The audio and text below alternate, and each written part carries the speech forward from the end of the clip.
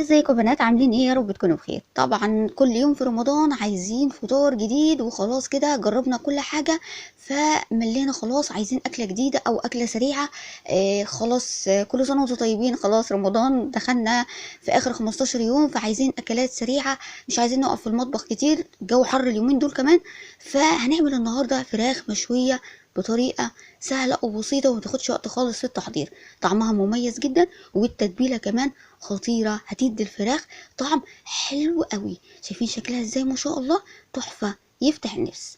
قبل بقى ما نبدأ الفيديو ونشوف ايه الطريقة، هي لو بتشوفوني أول مرة لايك وشير واشتراك في القناة. بسم الله ونصلي على الحبيب المصطفى عليه أفضل الصلاة والسلام. ونبدأ بقى الفيديو بتاعنا ونشوف هنعمل الفراخ المشوية القمر دي ازاي.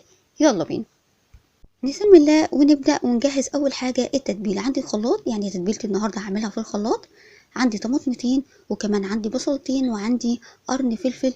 تقدري تستعملي حار أو بارد زي ما تحبي. بعد كده هضيف ربع كوباية من المية عشان تمشي الدنيا بقى في الخلاط. وأهم حاجة لما نيجي نضرب ما نضربش ضربة ناعمة قوي، تمام؟ أنا عايزاها تبقى خشنة شوية. بعد كده هبتدي أنزل بالتوابل. عندي الملح، الفلفل الاسود، معلقه صغيره من السكر، ده اساسي. تمام. بعد كده ضيفي اي توابل انت عايزاها. انا بقى ضفت من التوابل. عندي ملح، فلفل اسود، كزبره ناشفه، كركم وكاري وبابريكا، بهارات فراخ، مكعب مرق طبعا، والسكر. وعندي كمان عصير ليمونه، ومعلقه كبيره من السمنه، تقدري تستبدليها بزيت لو حابه. انا بضيف بقى معلقه صغيره من السكر ليه؟ لتتبيله الفراخ. اول حاجه بتخلي الفراخ تستوي بسرعه، وكمان بعد التسويه بتدي للفراخ لون حلو قوي. هتلاحظوا بقى في التتبيله اللي انا عملتها ما حطيتش خل، لان الخل بيثبت الزفاره في الفراخ. ولا في التتبيله ولا في غسيل الفراخ انا بحب احط خل. تمام. جبت بقى الفراخ، كنت غسلاه كويس جدا. وطبعا طريقه غسل الفراخ كل واحده مننا متعوده على طريقه معينه لغسل الفراخ. نزلت بقى بالتتبيله كلها كده على الفراخ، وهبتدي بقى اتبل الفراخ بالتتبيله القمر دي. احط بقى تحت الجلد، بين العظم، المهم اوصل التتبيله دي لكل قطعه من الفراخ. اغطي بقى الفراخ واسيبها لمده ساعتين 3 4 في التتبيله. كل ما تاخد وقت اطول في التتبيله كل ما هتاكلي احلى واطعم حته فراخ. تمام. بعد بقى ما الفراخ اخدت حوالي 3 ساعات كده في التتبيله، هبتدي اخد الفراخ احطها في الصينيه، وهتاكلي احلى واطعم فراخ.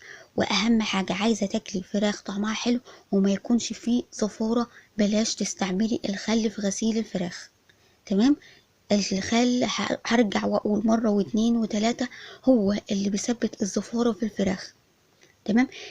اعملي اي حاجة لغسيل الفراخ غير ان انت تحطي خل في المحلول النقع. تمام. هعمل لكم فيديو كده على غسيل الفراخ وعلى محلول النقع ان شاء الله، وهنزله لكم قريب.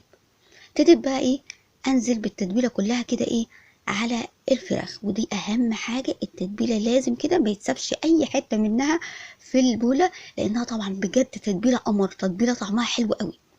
ابتديت بقى اوزع التتبيلة على الصينية كلها. وكمان عندي حوالي كده معلقتين 3 من الزيت كده، بيدوا لون حلو قوي للفراخ.